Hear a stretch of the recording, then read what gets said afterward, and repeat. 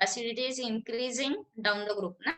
Decreasing down the group, acidity is increasing down the group because the size of central atom is increasing. So H and that atom bond gets, that bond is becoming longer and longer. So it will form higher and higher acidic character. Okay. So what is the option? Option A. Okay. Acidic character increases down the group. आता हे तुम्हाला सगळ्यांना येतं, याचं खूप बरं आहे की तुम्हाला ऑलरेडी हे टॉपिक कळालेले आहेत. म्हणजे हेच प्रश्न तुम्हाला एक्झाम मध्ये, म्हणजे जेव्हा तुम्ही एमसीक्यूज वगैरे जेव्हा डिटेलमध्ये म्हणजे हायर लेवलच्या एक्झाम्स देणार आहात, त्यावेळेस असेच प्रश्न असतात, ऍसिडिटी ऑर्डर वगैरे. पण ते कन्फ्युज करायला काय करतात, एकदा इन्क्रीजचा साईन असेल तर दुसरीकडे डिक्रीजचा साईन देतात. कळतंय? म्हणजे इथं काय करणार, H2S नंतर H2TE लिहायचं आणि H2SC इकडे कडेला लिहायचं आणि त्याचं साईन इथं अपोजिट करायचं. कळालं? सो त्या पद्धतीने लक्ष ठेवून सोडवत जा उदाहरणं. बाकी क्वेश्चन कन्सेप्ट क्लिअर असेल तर कुठल्याही टाईपने प्रश्न विचारला तरी तुम्हाला उत्तर द्यायला जमलं पाहिजे. Which of the following is not oxidized by MnO2?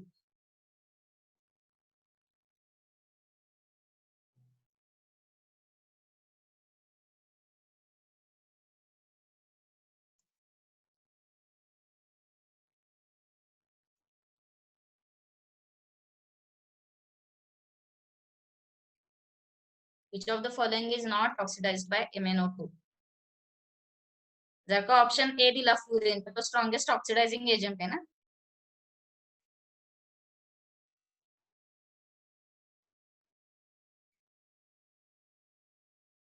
मग आन्सर डी असेल का? डी आणि सी नसणार आहे. कॉम्पिटिशन ए आणि डी मध्येच आहे. सो काय वाटतंय तुम्हाला?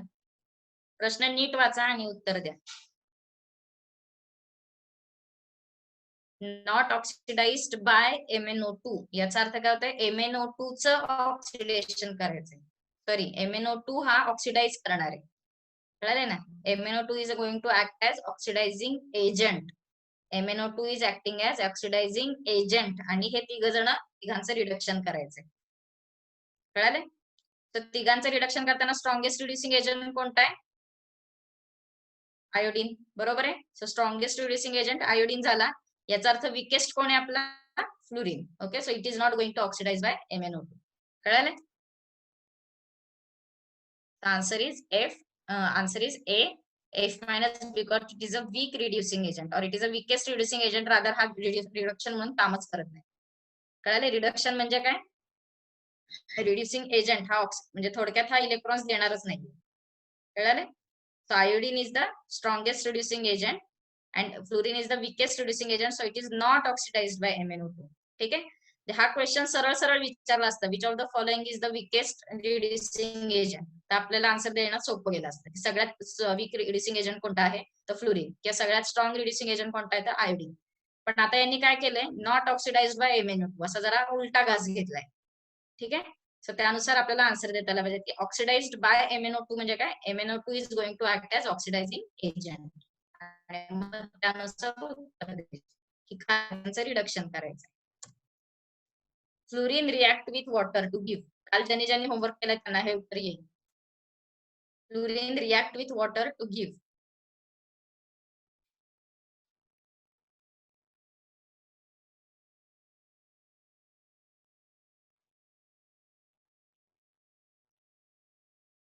What is the answer?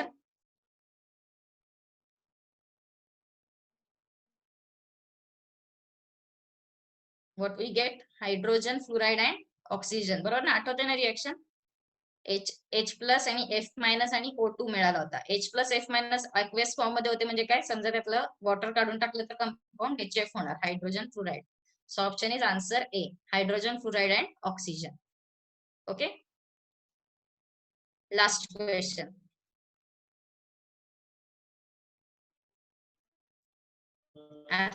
Element below in group 7A in a periodic table, which of the following statement is not true for astatine?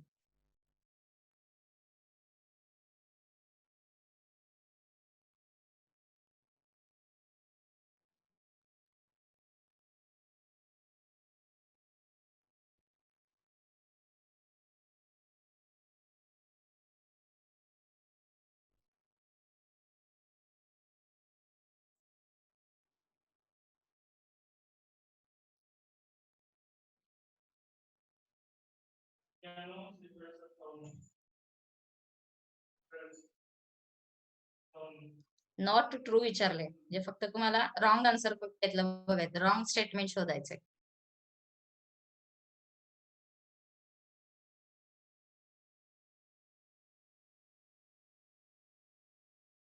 काही काही जणांनी ए ए कोणी लिहिलेलं नाहीये, पण बी सी डी बरेच जण लिहितात. नक्की एकच उत्तर पाहिजे मला.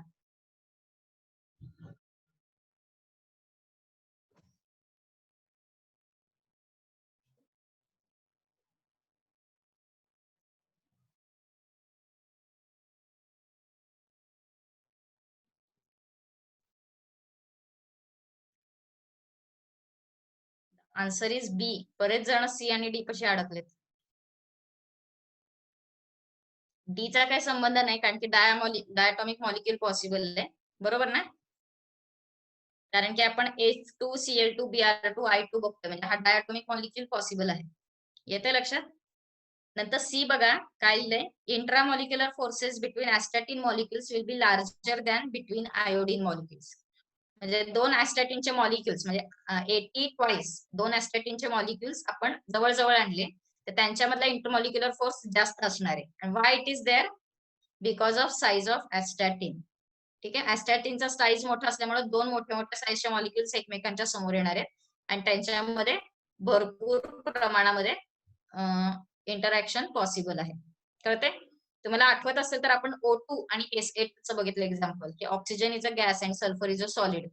की ऑक्सिजन गॅस काय तर छोटा मॉलिक्युल तयार होतो, सल्फर S8 बिगर मॉलिक्युल तयार होतो, आणि बिगर मॉलिक्युल दोन एकमेकांच्या समोर आले की जास्त इंटरॅक्शन होतात. आणि इंटरॅक्शन म्हणजेच काय, इंटरमॉलिक्युलर फोर्सेस जास्त वाढतात.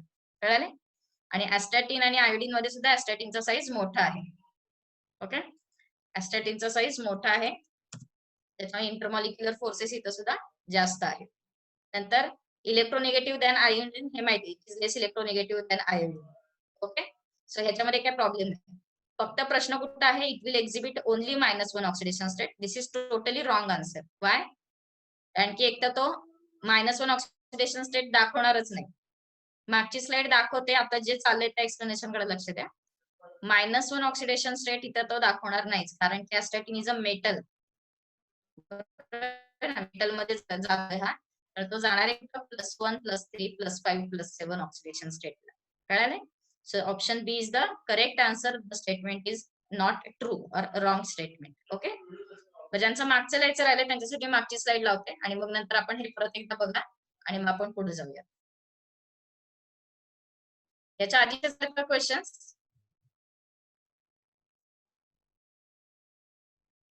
हे क्वेश्चन्स झालेत का?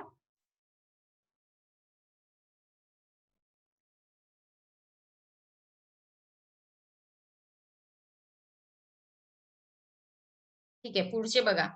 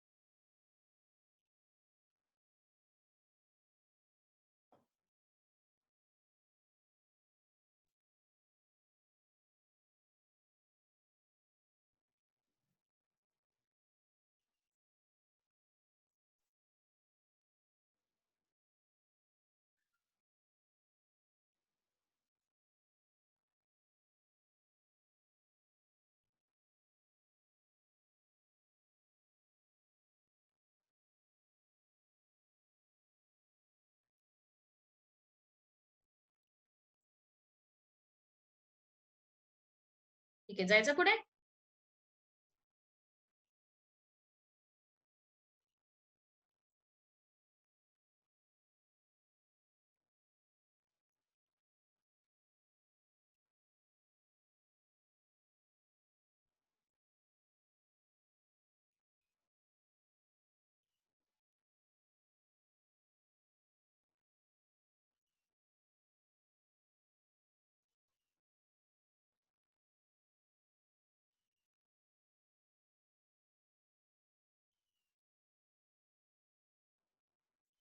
आता शेवटची आपलं कोणती राहिली रिॲक्शन? रिॲक्टिव्हिटीज जे आपण बघतोय ग्रुप 16, 17, 18 केमिकल प्रॉपर्टीज. सो एकच प्रॉपर्टी आपली राहिली reaction with metals. Okay, so आता आपल्याला तो पॉइंट सुरू करायचा आहे, रिॲक्शन विथ मेटल्स.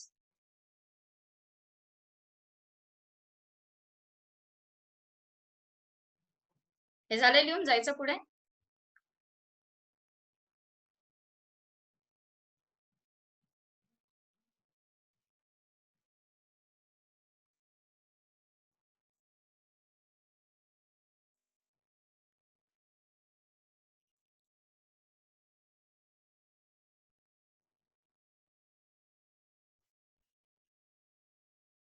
ओ ओ काहीतरी मध्ये चालू होमवर्क.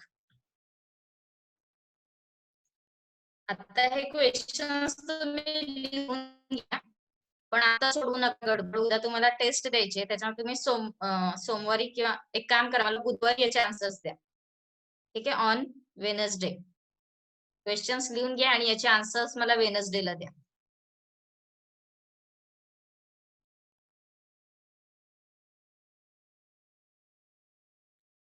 आणि सगळ्यांनी उत्तरं द्या. इथं आता पार्टिसिपंट्स आहेत 110, म्हणजे 108 जण आहेत. 108 जणांपैकी 108 जणांनी होमवर्क सबमिट करायचंय.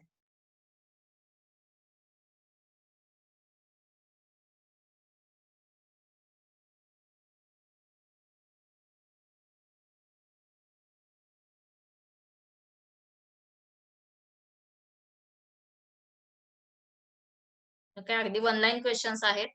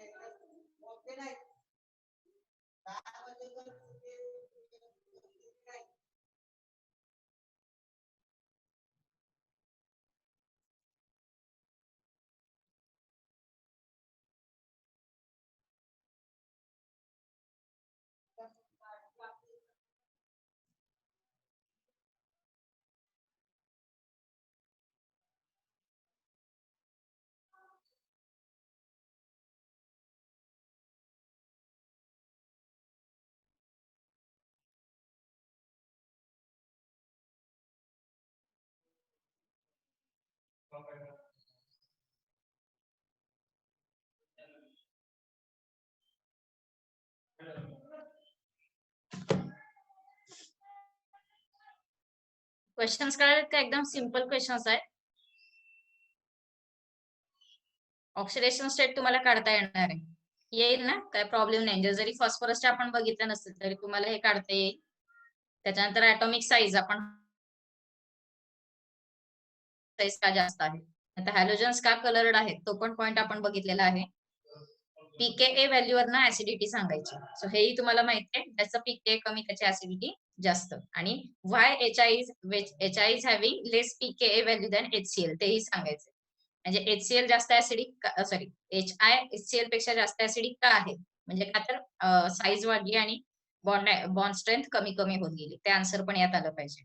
तर bond angle decreases from H2O to H2S. तर हेही आपण बघितलेलं आहे, why it is decreasing. Lone pairs ज्या आहेत त्या एकमेकांपासून लांब जातात because the atomic size is increasing. Okay, आणि लास्ट वन तुम्ही मनाने ट्राय करा. तुम्हाला फक्त एका शब्दाचा अर्थ सांगते. मेटेरोलॉजिकल याचा अर्थ काय? हवामानशास्त्र. हवामानशास्त्र, ठीक आहे. हवामानशास्त्रज्ञ जे काय आपलं अंदाज सांगतात, तर ते जे काही अंदाज सांगणं किंवा ते ऑब्झर्वेशन्स आहेत, त्याला मेट्रोलॉजिकल ऑब्झर्वेशन्स म्हणायचं. ठीक आहे. तर हे आन्सर तुम्ही मनाने शोधा. म्हणजे मनाने शोधलं तर कायमचं लक्षात राहील. मी सांगितलं तर तुम्हाला ते पाठ करावं लागेल. ठीक आहे. नाही आलं तर मी पुढच्या लेक्चरला सांगेनच. झालंय का लिहून? पुढे जाऊयात.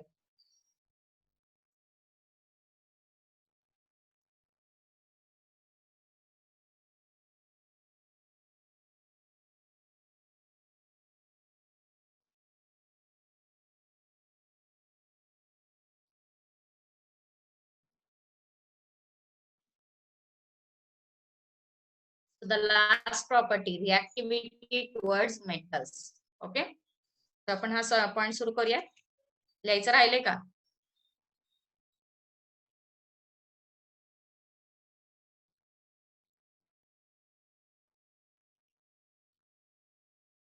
रिएक्टिव्हिटी टुवर्ड्स मेटल्स करायचं सुरू. फर्स्ट थिंग आपण आहोत ग्रुप 16, 17, 18 एलिमेंट्स. तर आपल्याला मेटलची रिएक्टिव्हिटी बघायची. त्याच्यामध्ये 18 एलिमेंट्स काय काम करणार नाहीये. तुमच्या लक्षात आलं असेल ग्रुप 18 आपण ज्या 2 रिएक्शन्स बघितल्यात, दोन नाही एकच बघितली आपण रिएक्शन. कोणती? Reaction with halogens. बरोबर आहे. ग्रुप 18 रिएक्शन्स फक्त इलेक्ट्रोनिगेटिव्ह एलिमेंट्स बरोबर आहे. कळते काय सांगते? ग्रुप 18 च्या रिएक्शन्स फक्त इलेक्ट्रोनिगेटिव्ह एलिमेंट्स बरोबर आहेत. कारण की ग्रुप 18 काय करतं? डी ऑर्बिटल मध्ये इलेक्ट्रॉन देऊन पॉझिटिव्ह ऑक्सिडेशन स्टेट होती, ते ऑक्सिडाइज होतात. येते लक्षात? त्याच्यामुळे ग्रुप 18 रिएक्शन्स आपण मेटल बरोबर किंवा हायड्रोजन बरोबर बघितलेल्या नाहीयेत. लक्षात येते? मेटल्स आर इलेक्ट्रो पॉझिटिव्ह आणि मेटल्स इलेक्ट्रो पॉझिटिव्ह आहेत. आणि आपला ग्रुप कोणता आहे? 16 आणि 17. They are very much electronegative. त्यांच्यामुळे भरपूर रिएक्टिव्हिटी आहे, भरपूर रिएक्शन सुद्धा याच्यामध्ये आपल्याला बघायला मिळतात. कळलं? But we are not going to study group 18 again here because group 18 is not going to react with metals. कळाले? का रिएक्ट होणार नाही? परत एकदा सांगते. ग्रुप 18 रिएक्शन्स कोणाबरोबर आहेत? तर नॉन मेटल्स किंवा हायली इलेक्ट्रोनिगेटिव्ह हॅलोजन ऍटम्स. बरोबर आहे. इव्हन आपण जी एक्झाम्पल्स बघितली ग्रुप 18 ची, ती कोणती होती? तर XeF2, XeF4 म्हणजे काय? हायली रिएक्टिव्ह और highly what you can say highly electronegative element. बरोबर आहे. फ्लोरीन बरोबरच्या रिएक्शन्स आहेत. मग त्याच्या रिएक्शन्स मेटल्स बरोबर असणार आहेत का? तर खूप नसणारच आहेत. येते लक्षात? सो ते बरं झालं नाहीये रिएक्शन्स, नाही तर आपल्याला त्या पण स्टडी कराव्या लागल्या असत्या. आता आपल्याला दोनच टाईपच्या रिएक्शन्स बघायच्या आहेत, ग्रुप 16 आणि group 17. Okay. So reactivity towards metals. Group 16 form metal oxides और मेटल सल्फाइड और मेटल सेलेनाइड एक्सेट्रा. बरोबर आहे. ऑक्सिजन बरोबर असेल तर मेटल ऑक्साइड होणार, सल्फर बरोबर असेल तर मेटल सल्फाइड, सेलेनियम असेल तर मेटल सेलेनाइड एक्सेट्रा. कळालं? आणि ही जी ऑक्साइड सल्फाइड्स वगैरे होतात they are basic in nature. Okay. Oxides are basic in nature म्हणजे त्याचा पीएच काय असणार आहे? 7 पेक्षा जास्त. Okay. Group 17 it forms metal halides MX और MX2 एक्सेट्रा. ठीक आहे. MX म्हणजे काय? तर M ची व्हॅलेन्सी 1 असेल, +1 असेल तर MX होणार. M ची व्हॅलेन्सी +2 असेल तर MX2 होणार. म्हणजे M कुठला असणार आहे? ग्रुप 1 किंवा ग्रुप 2. कळते? ग्रुप 3 असेल, समजा ग्रुप 3 मधलं मेटल आहे अल्युमिनियम. ठीक आहे. ग्रुप 3 मधलं मेटल आहे अल्युमिनियम. तर काय तयार होणार आहे? AlX3, AlCr3, sorry AlCl3, AlBr3 etcetera. कळाले? तिथे एक्सेट्रा म्हणजे काय? कुठल्याही मेटल बरोबर हॅलोजन्स कंबाईन होऊन आपल्याला त्यानुसार प्रॉडक्ट्स तयार होतात. कळाले? आणि ही जी हॅलाइड्स आहेत they are ionic in nature. Okay. This metal halides are ionic in nature. Okay. म्हणजे थोडक्यात त्यांचा बॉन्ड कुठला आहे? तर आयोनिक बॉन्ड आहे. Give and take of electrons. ते कम्प्लीट ट्रान्सफर ऑफ इलेक्ट्रॉन्स, की याच्यामध्ये मेटल्स इलेक्ट्रॉन डोनेट करतात आणि हॅलोजन्स इलेक्ट्रॉन ऍक्सेप्ट करतात. ठीक आहे. तिथे शेअरिंग होणार नाही. ठीक आहे. ऍक्च्युली आपण आयोनिक नेचर आपण इथं स्टडी करणार आहोत की आयोनिक नेचर सुद्धा डाऊन द ग्रुप डिक्रीज होत जातं. तर तो पॉईंट नंतर बघायचा आहे. पण आता पुरतं काय लक्षात ठेवा की आयोनिक इन सगळे बॉन्ड्स कोणते आहेत? तर हे आयोनिक बॉन्ड्स असतात. कळाले? आणि group 18 do not directly react with metals. Okay. So overall we are going to study group 16 and 17 in detail. परत एकदा बघा. ग्रुप 16 मध्ये मोस्टली काय बघायचे? तर मेटल ऑक्साइड्स. ठीक आहे. Different oxides and sulphides are possible. आणि जे ऑक्साइड्स आहेत they are basic in nature. ठीक आहे. जर का आठवत असेल, रिएक्टिव्हिटी टुवर्ड्स हायड्रोजन आपण बघितलं होतं पॉईंट. रिएक्टिव्हिटी टुवर्ड्स हायड्रोजन त्यावेळेस हायड्राइड्स बनले होते, बरोबर आहे ना. ग्रुप 16 चे 17 चे हायड्राइड्स बनले होते आणि ते हायड्राइड्स वेर ऍसिडिक इन नेचर. आठवत आहे ना. हायड्राइड्स ऍसिडिक होते आणि मेटल ऑक्साइड्स काय आहेत तर बेसिक आहेत. कळतंय. Metal oxides are basic in nature. कळतंय. लक्षात येतंय. थोडस अजून रिएक्शन विथ ऑक्सिजन आठवा. आता आपण बघतोय कुठलं रिएक्शन टुवर्ड्स मेटल. त्याच्या आधी आपण 2-3 रिएक्शन कोणत्या बघितल्या. Reaction with hydrogen, reaction with oxygen and reaction with halogens. त्यातलं रिएक्शन विथ हायड्रोजन बघताना आपल्याला काय बनत होते तर ग्रुप 16 चे वेगवेगळे हायड्राइड्स मध्ये होते. ग्रुप 17 चे हायड्राइड्स होते आणि ते सगळे हायड्राइड्स ऍसिडिक होते. बरोबर ना. वॉटर सोडला तर सगळे हायड्राइड्स ऍसिडिक इन नेचर होते. त्याच्यानंतर आपण रिएक्शन बघितली होती ग्रुप 16 आणि ग्रुप 17 ची with oxygen. Reaction with oxygen आणि ऑक्सिजन बरोबर रिएक्शन होत असताना जे ऑक्साइड्स तयार झालेले ते ऍसिडिक इन नेचर होते. आठवते ना. SO2, SO3. ठीक आहे. लक्षात येते. HClO2, ClO4 हे आपण सगळे वेगवेगळे ऑक्साइड्स बघितले. ते ऑक्साइड्स ऍसिडिक होते. लक्षात येते. ते ऑक्साइड्स कोणते होते ऍसिडिक होते. आणि आता आपण कुठे आलो आहोत तर रिएक्शन विथ मेटल्स. तिसरा प्रकार आहे हा रिएक्शन विथ मेटल्स की ज्याच्यामध्ये ऑक्सिजन सल्फर बरोबर जे काही रिएक्शन होणार आहे तेव्हा जे ऑक्साइड्स बनणार आहेत ते कसे असणार आहेत basic in nature. Okay. These oxides are basic in nature. कळाले. आणि याच्यासाठी कायम काय करायचं कन्फ्युजन होतं आपल्याला की ऑक्साइड म्हणलं की तो ऍसिडिक आला का बेसिक आला. कारण की आपण ऑलरेडी ग्रुप 16 मध्येच ऑक्सिजनच्या रिएक्शन मध्ये ऍसिडिक बघितलंय आणि आता ग्रुप 16 मध्येच ऑक्साइडच्या रिएक्शन मध्ये बेसिक बघतोय. कन्फ्युजन होतं. त्यामुळे कायम एक वाक्य कायम लक्षात ठेवा. Metal oxides are basic in nature. हे वाक्य कायमचं डोक्यात ठेवा की जर का ऑक्साइड मेटल असेल तर तो बेसिक होतो. कळतंय. ऑक्साइड तयार करताना त्याचं शेजारचं जर का मेटल असेल तर आपल्याला बेसिक मिळतं आणि त्याच्या शेजारचं जर का नॉन मेटल असेल तर ऍसिडिक बनतं. कळतंय. Metal oxides are basic in nature and non metal oxides are acidic in nature. कळतंय. म्हणजे समजा मी इथं लावला मेटल, सपोज लावला सोडियम तर Na2O it is basic in nature. पण सोडियमच्या ऐवजी मी एखादा नॉन मेटल लावला सल्फर. सल्फर असेल तर SO2 किंवा SO3 that will be acidic in nature. कळतंय. So metal oxides are basic in nature, non-metal oxides are acidic in nature. आणि आता आपण बघतोय metal oxides. So they are basic in nature. कळाले. तर बेसिसिटी आपल्याला इथं काही ट्रेंड बघायची नाहीये. एक फक्त कॉमन लक्षात ठेवा की ते सगळे बेसिक असतात. ठीक आहे. So let us study first one group 16 elements reaction with metals. Okay.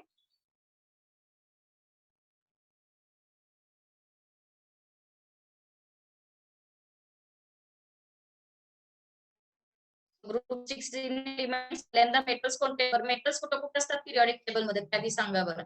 कोणत्या ग्रुपमध्ये मेटल म्हणजे आपल्याला किती मेटल्सचा स्टडी करायचा हे कळेल. रिएक्टिव्हिटी टुवर्ड्स मेटल्स. सो किती मेटल्स आहेत आणि आपल्याला कोणकोणत्या ग्रुपचा अभ्यास करावा लागेल ते सांगा.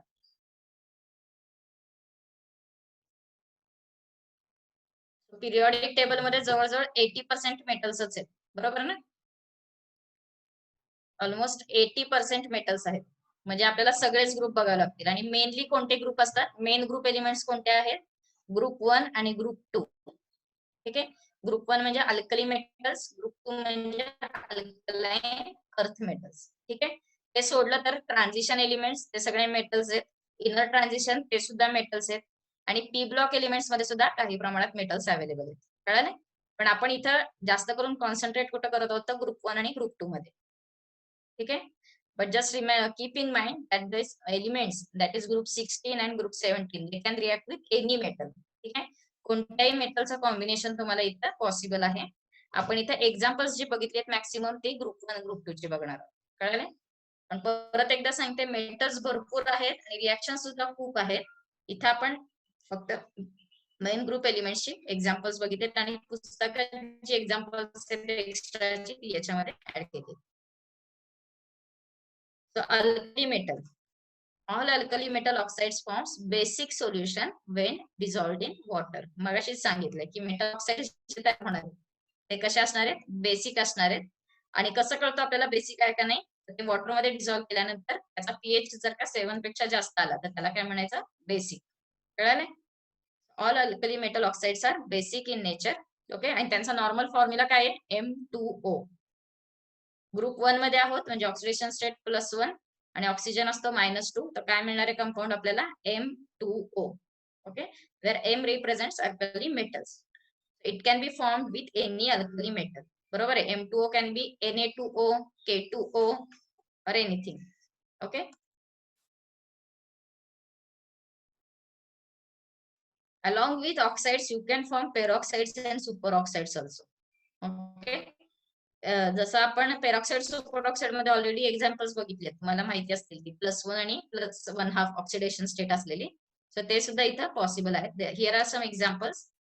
So I have given one example of oxide, one peroxide and one superoxide. Okay. So lithium when reacts with oxygen, you will get lithium oxide. Okay. Sodium will react with oxygen to will give sodium peroxide.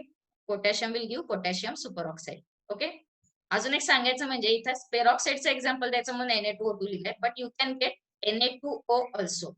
ठीक आहे. Na2O सुद्धा possible आहे.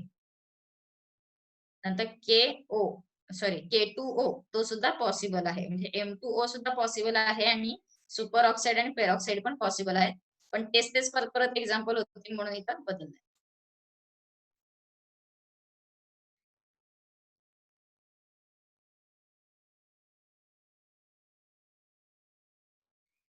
पहिली reaction चुकली आहे ना लिहायला. Lithium आणि ऑक्सिजन रिएक्शन काय पाहिजे? Li2O पाहिजे. बरोबर ना? लिथियमचं ऑक्सिडेशन स्टेट +1 आहे.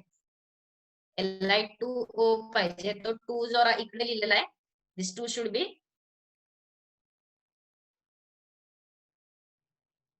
हा 2 इथं पाहिजे. Li2O. ओके. हा 2 इथं नको आहे. Because we are seeing here +1 oxidation state. Okay. Similar to oxygen. Oxygen असताना ऑक्साईड असेल, सल्फर असताना काय बनणार आहे? सल्फाईड.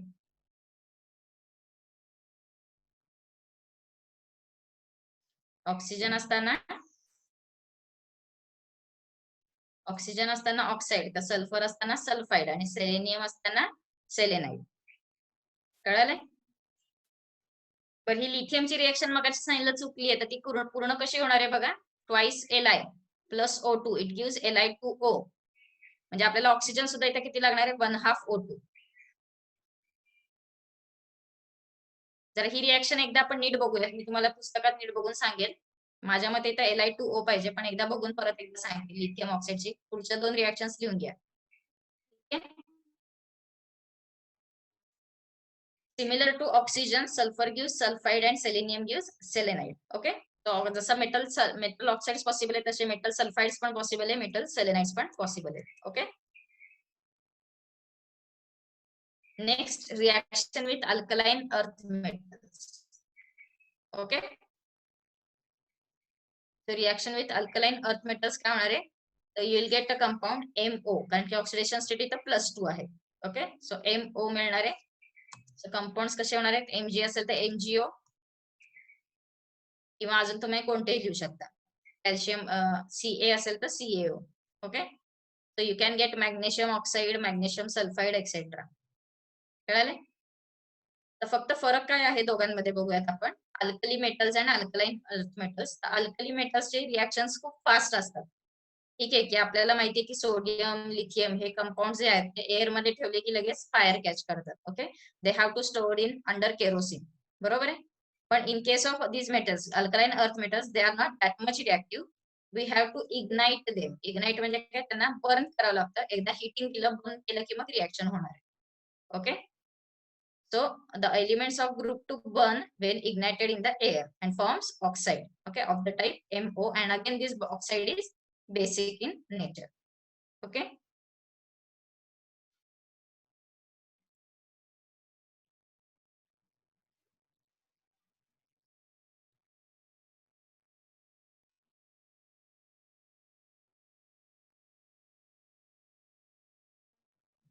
तर पॉइंट्स लिहून घ्या आणि मग आपण पुढे जाऊयात.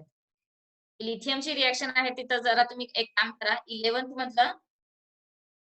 मधला एस ब्लॉक एलिमेंट्स आहे ना, त्याच्यामध्ये ही रिएक्शन आहे. 11th मधली एस ब्लॉक एलिमेंट्स त्याच्यामध्ये रिएक्शन विथ ऑक्सिजन मध्ये ही रिएक्शन आहे. ती एकदा तुम्ही चेक करा आणि मग इथे ती व्यवस्थित लिहा. अदरवाईज मी नेक्स्ट लेक्चरला सांगेलच.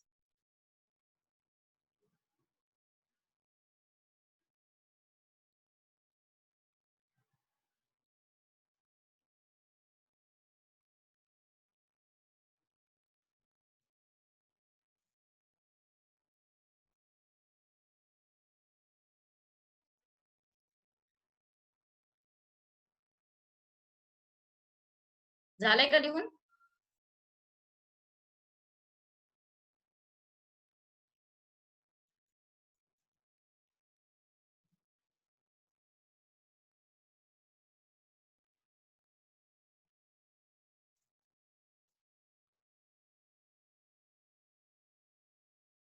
ओके.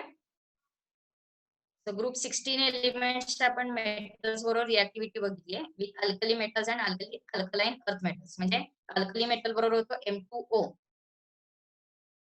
बरं, लिथियमची रिएक्शन काय आहे बघा, 4Li plus O2 gives twice Li2O. बरं, आता राहू दे ती रिएक्शन, लिथियमची रिएक्शन नंतर लिहा. आता आपण परत आपल्या या पॉइंट कशी आहेत. Alkali metals and alkaline earth metals both gives oxides और sulphides. All of them are basic oxides. You will get compound M2O और MO. ठीक आहे. तर पुढे जाऊयात आपण विथ अदर मेटल्स. ओके, म्हणजे आता ग्रुप 1 ग्रुप 2 सोडला तर बाकीचे पण मेटल्स आहेत like iron, copper, magnesium etcetera. So त्यांच्याबरोबर काय रिएक्शन्स होतात बघा. With aluminium you will gate L2O3. Copper आणि सल्फर घेतलं तर CuS. मॅग्नेशियम आणि सेलेनियम घेतलं तर मॅग्नेशियम सेलेनाइड. कळलं? So you can form different oxides or sulfides or selenides by using different metals. So this any combination, most of the combinations are possible. असं म्हणूयात. Okay. Most of the combinations are, or you can make any combination. आता हा AL कुठनं घेतलाय तर group 13 element झाला. कळलं?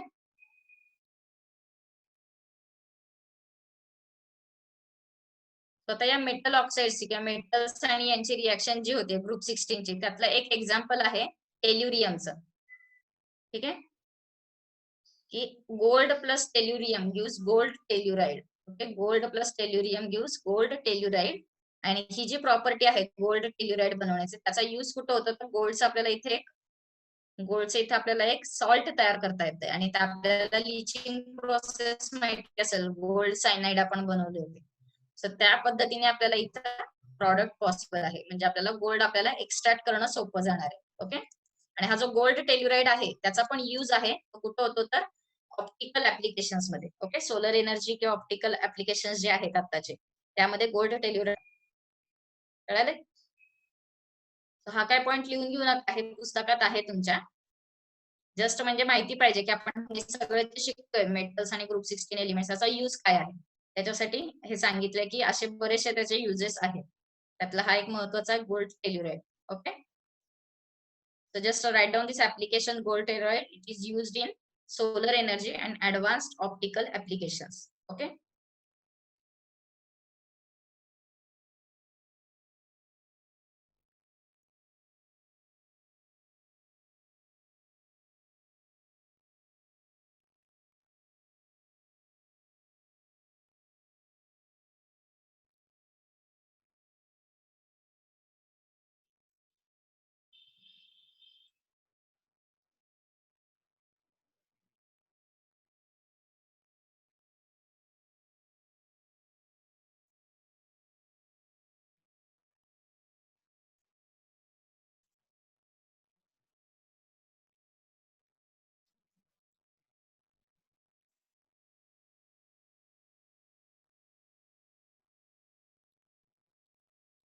झालंय?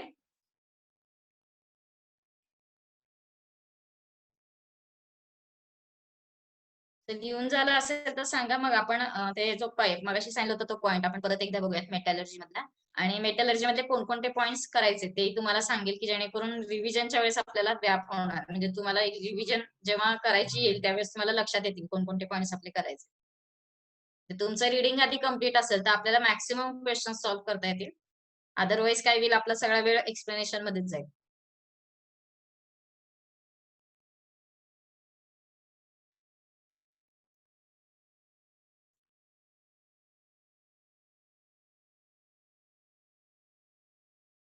झाले का लिहून?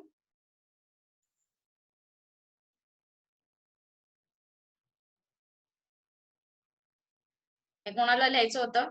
हे नाही लिहिलं तरी चालेल. हे कॉमन फक्त कशासाठी देते, की आपण काय काय याच्यामध्ये बघणार आहोत पॉइंट्स ते कळावेत म्हणून हे एक कॉमन स्लाइड आहे. ठीक आहे, आपण आता मग काय करूया, जो आपला पी ब्लॉक एलिमेंट्स आहे, chemical we have seen reactivity of this group 16 elements towards metal. Okay, so आपला तो पॉइंट झालाय. ग्रुप 17 च्या प्रॉपर्टीज बघायच्या आणि खूप इंटरेस्टिंग प्रॉपर्टीज आहेत आयनिक कॅरेक्टर जे आपल्याला बघायचंय. खूप इंटरेस्टिंग आहे तो पॉइंट. तो आपण पुढच्या लेक्चरला घेऊया. आता आपण आधी मेटलर्जी मधले जे ओर्सचं जे हे आहे, ओर्स कशा लक्षात ठेवायचे तो पॉइंट आपण क्लिअर करूया.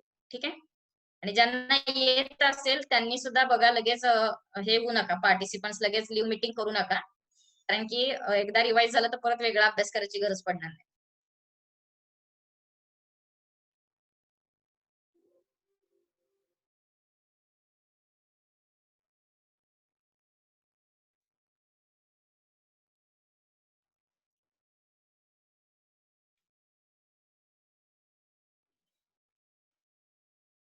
हे बघा, यातलं काय काय पॉइंट्स महत्वाचे आहेत बघा. पहिली गोष्ट occurrence of metals.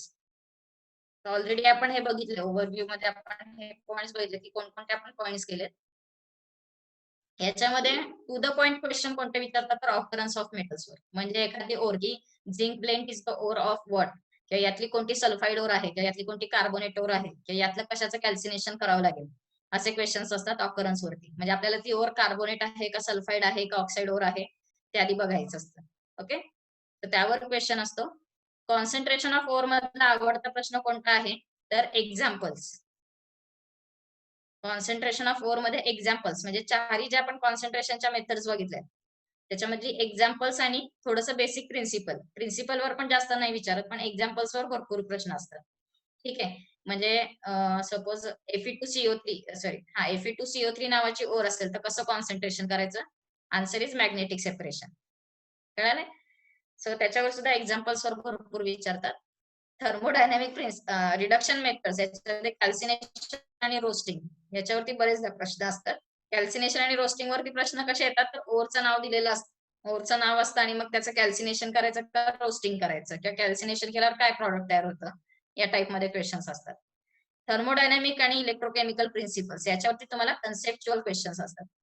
Conceptual question म्हणजे कसं, की लिंगम डायग्रामचा ग्राफ दिलेला असतो आणि मग त्या ग्राफ नुसार क्वेश्चन्स असतात, की कोण रिड्युसिंग एजंट म्हणून काम करेल, कोणाचं रिडक्शन होणार, किती टेम्परेचरला होणार ते काढायचं. किंवा इलेक्ट्रोकेमिकल सिरीज आपल्याला माहिती, की रिडक्शन पोटेन्शियल 3-4 याचे दिलेले असणार आहेत आणि मग त्यातला कोण रिड्युसिंग एजंट म्हणून काम करणार, कोणाचं रिडक्शन करायचं ते बघायचं. कळालं? आणि जास्त प्रश्न कशावर विचारतात, तर रिफायनिंग वर. ठीक आहे, रिफायनिंग ऑफ मेटल्स म्हणजे MCQs चा विचार करता सांगते हा. रिफायनिंग ऑफ मेटल्स याच्यावरती सुद्धा खूप जास्त प्रश्न असतात. रिफायनिंग ऑफ मेटल म्हणजे काय, तर त्याच्यामध्ये आपण वेगवेगळ्या मेथड्स बघितल्यात. पोलिंग, नंतर व्हॅन अर्कल मेथड्स, नंतर इलेक्ट्रोलिटिक रिफायनिंग, झोन रिफायनिंग, बरोबर आहे. सो त्याच्यात सुद्धा एक्झाम्पल्स पण महत्वाचे आहेत आणि कन्सेप्ट सुद्धा महत्वाचे आहेत. रिफायनिंग ऑफ मेटल्स वरती कन्सेप्ट वरती पण प्रश्न असतात, की झोन रिफायनिंगचा प्रिन्सिपल काय आहे. ठीक आहे, किंवा कशाचं झोन रिफायनिंग केलं जातं, किंवा कोणते एलिमेंट्स त्याच्यासाठी लागतात, किंवा लिक्वेशन साठीच्या मेटल्सची रिक्वायरमेंट काय आहे. आठवतंय ना लिक्वेशन? लिक्वेशन मध्ये आपण काय बघितलं होतं, तर melting point of the metal should be less than impurities. Okay, so त्या टाइप मध्ये प्रिन्सिपल्स जे काय आपण 6-7 मेथड्स बघितल्या त्या सगळ्याचे प्रिन्सिपल्स आणि एक्झाम्पल्स अशा पद्धतीने त्याचा अभ्यास करा. कळाले? आणि अपार्ट फ्रॉम दिस म्हणजे हे जे काही एक्स्ट्रॅक्शन मेथड्स वगैरे हे सगळं बघून आपण बऱ्याचशा नेम रिएक्शन्स बघितल्या. नेम रिएक्शन्स म्हणजे कुठल्या कुठल्या, तर आपण बॉक्साईटची बघितलीये, बॉक्साईटच्या कॉन्सन्ट्रेशनची मेथड बघितलीये, बरोबर ना. काय नाव आहे त्याचं, बॉक्साईटच्या कॉन्सन्ट्रेशनची मेथड बेअर्स प्रोसेस, आठवतंय ना. त्याच्यानंतर हॉल हेरॉल्ड प्रोसेस, नंतर गोल्ड साठीची आपण लिचिंगची एक प्रोसेस बघितली, त्याचं नाव आहे. कळाले. सो ज्या नेम रिएक्शन्स आहेत किंवा ज्या प्रोसेसेसला नावं आहेत सायंटिस्ट त्या प्रोसेसेस तुम्हाला विचारू शकतात. ठीक आहे, कोणत्या प्रोसेसमध्ये काय केलं जातं. कळालंय का कोणकोणते प्रश्न विचारतात? तुम्हाला मॅक्सिमम कॉन्सन्ट्रेशन कशावर करायचंय तर ऑकरन्स आणि रिफायनिंग म्हणजे फर्स्ट पॉइंट आणि लास्ट पॉइंट. ठीक आहे, की याच्यावरती डिरेक्टली क्वेश्चन्स असतात, कन्सेप्च्युअल क्वेश्चन रिफायनिंग वरती पण असू शकतात. आणि एक्स्ट्रॅक्शन आणि कॉन्सन्ट्रेशन याच्यावरती तुम्हाला जे कॉन्सन्ट्रेशनवर पण एक्झाम्पल्स जास्त विचारतात आणि एक्स्ट्रॅक्शन मध्ये थर्मोडायनेमिक, केमिकल, इलेक्ट्रोकेमिकल प्रिन्सिपल्स वरती डायरेक्ट क्वेश्चन असतात. ओके, आणि अर्थात हे सगळ्यात सोपं जातं कारण की ग्राफ वगैरे आपल्या डोळ्यासमोर असतो, ते बघून उत्तरं द्यायची असतात. सो सो हा तुम्हाला अभ्यास करायचा आहे त्याच्यासाठी. आणि आता आपण जाऊयात ओर्स पाशी. सो पहिल्यांदा अल्युमिनियमच्या ores. So Kondiba fry.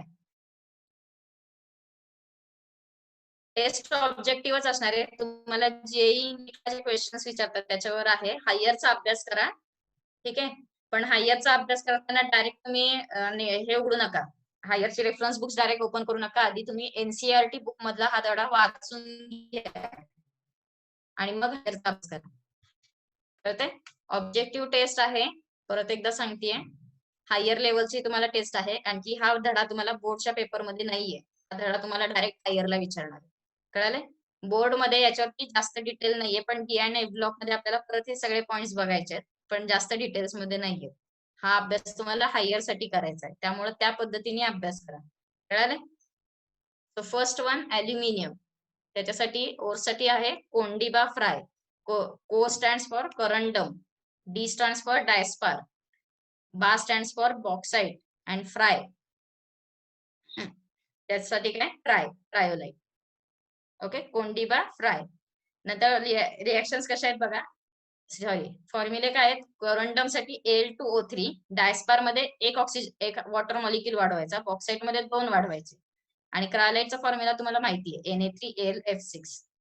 Okay, हे तुम्हाला माहिती आहे म्हणून मी खूप फास्ट मध्ये घेतेय. समजा परत पाहिजे असेल की स्लो पाहिजे असेल तर तसंच सांगा, अदरवाइज कारण की हे खूप म्हणजे ऑलरेडी तुमचं 2दा-3दा झालेलं असणार आहे. Next one ores of Fe. Hemant Mane, Leena Sawant पागल. हेमंत HE. ठीक आहे. Hemant stands for haematite. Mane magnetite. Leena limonite. Sawant siderite आणि पागल पायराइट. ठीक आहे. सगळे टी एंडिंग आहेत. लक्षात घ्या, इथं सगळीकडे TITE लिहिलंय की नाही, RITE किंवा TITE. या सगळ्यांमध्ये लक्षात ठेवा की हे सगळे ऑक्साइड ओर्स असतात.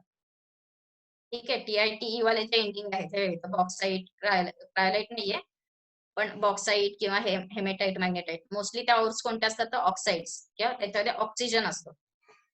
ठीक आहे. पायराइट म्हणलं की त्याच्यामध्ये सल्फाइड असतो. पायराइट हा शब्द आला की लक्षात ठेवा सल्फाइड ओर असते. ओके,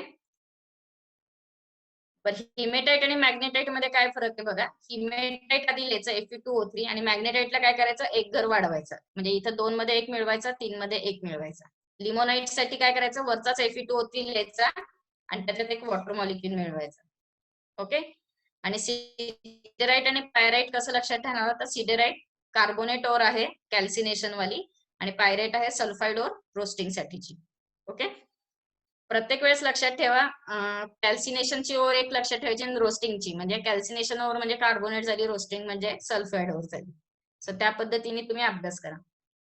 नंतर कॉपर. कोमल गावडेने क्युप्राइट कॉपी मला आणली. Komal stands for copper. Cuprite. Copy copper pyrite. मला मॅलेचाइट आणि आणली ॲझुराइट. ओके, अगेन कॉपर मध्ये सल्फाइड ऑक्साइड ओर दोन्ही आहेत. सल्फाइडची पण ओर आहे, ऑक्साइडची पण आहे आणि कार्बोनेटची पण आहे. सो कॉपर पायराइट कॉमन झालंय माहिती असेल. CuFeS2. पायराइट म्हणलं की सल्फाइड ओर असते. ठीक आहे, आणि त्यातल्या त्यात FeS2 तोच इथं आलाय. कळते, पायराइट म्हणलं की सल्फाइड ओर आणि त्यातल्या त्यात FeS2. कळते. ग्लान्स म्हणलं की सल्फाइड आलं. ठीक आहे, ग्लान्स याचा अर्थ काय तर सल्फर. कॉपर ग्लान्स याचा अर्थ काय, कॉपर आणि सल्फरचा बॉन्ड आहे. ठीक आहे, नंतर मगाशी सांगितलं की ITE म्हणजे इथं बघा मॅग्नेटाइट, हिमेटाइट म्हणजे जिथं ITE टाइटनी त्याचं स्पेलिंग की RITE TITE नी एंड होतं ऑक्साइड ओर असते. कळाले. त्याच्यानंतर मॅलेचाइट आणि ॲझुराइट दोन्ही कोणत्या आहेत तर कार्बोनेट ओर्स आहेत. एकामध्ये एक CuCO3 आहे आणि दुसऱ्यामध्ये 2 आहेत. ठीक आहे. Next one zinc. झुंजारने झिंक कार फ्रान्समध्ये विकली. झुंजार, झिंक, झिंकलेंड, त्याच्यानंतर झिंकसाईट, नंतर कॅलामाइन फॉर कार, फ्रान्स म्हणजे फ्रँकेलाइट, विकली म्हणजे विलेमाइट. ओके. आणि जरा सिक्वेन्स पण बघा. सुरुवातीला आपण ऑक्साईडचे ओर्स लिहिले आणि जेव्हा सल्फाइड आणि कार्बोनेटच्या ओर्स येतात त्यावेळेस आधी सल्फरवाल्या लिहिल्यात, मग ऑक्सिजनच्या लिहिल्यात आणि मग कार्बोनेटच्या लिहिल्यात. कळतंय ना?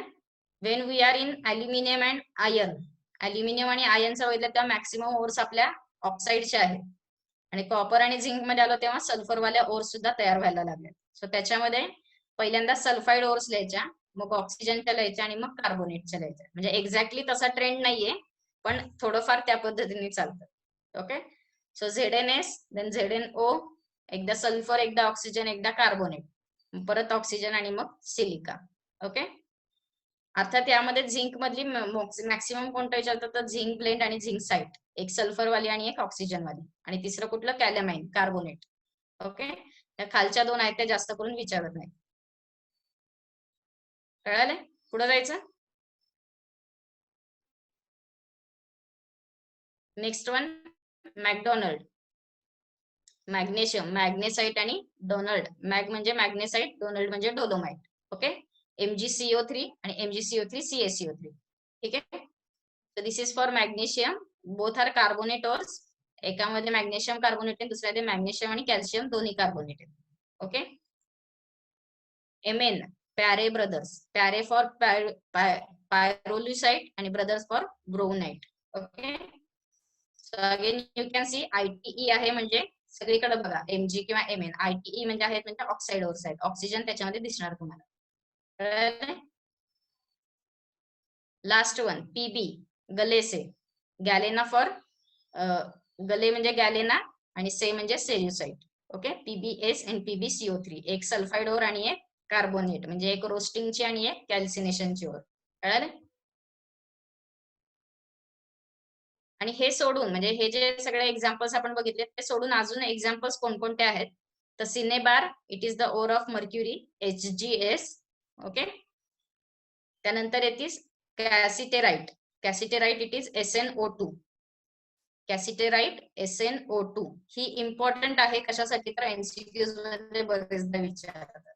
ठीक आहे. टीनची ओर कोणती आहे तर कॅसिटेराइट. आणि अजून एक महत्वाची ओर आहे म्हणजे वाल्फार्माइट. ओके. वाल्फार्माइट ओर तुम्हाला इथे दिसेल, प्रॉपर फॉर्म्युला नाहीये त्याचा, FeMn आणि ब्रॅकेट मध्ये लिहिलंय आणि WO4. ओके. टंगस्टनची ओर आहे ही वाल्फार्माइट. ओके. आणि याच्यावरती क्वेश्चन कुठला असतो वॉल्फार्माइट वरती, कॉमन क्वेश्चन, की याचं कॉन्सन्ट्रेशन कसं करतात. वॉल्फार्माइट ओरचं कॉन्सन्ट्रेशन कोणत्या मेथडनी करतात, आणि आन्सर इज मॅग्नेटिक सेपरेशन. कळतंय?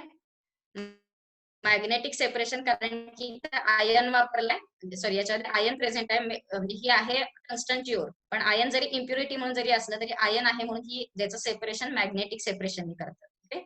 दॅट्स वाय हे लक्षात ठेवा, वाल्फार्माइट ओर हे बरेचदा क्वेश्चन विचारतात. कळालंय? सो तुम्ही उद्या काय करायचंय, तुमची टेस्ट झाली मॅथ्स आणि बायोची, की पहिल्यांदा काय करायचंय NCERT मधला टॉपिक वाचायचा आहे आणि मग आपण MCQ सॉल्व्ह करू. चालेल?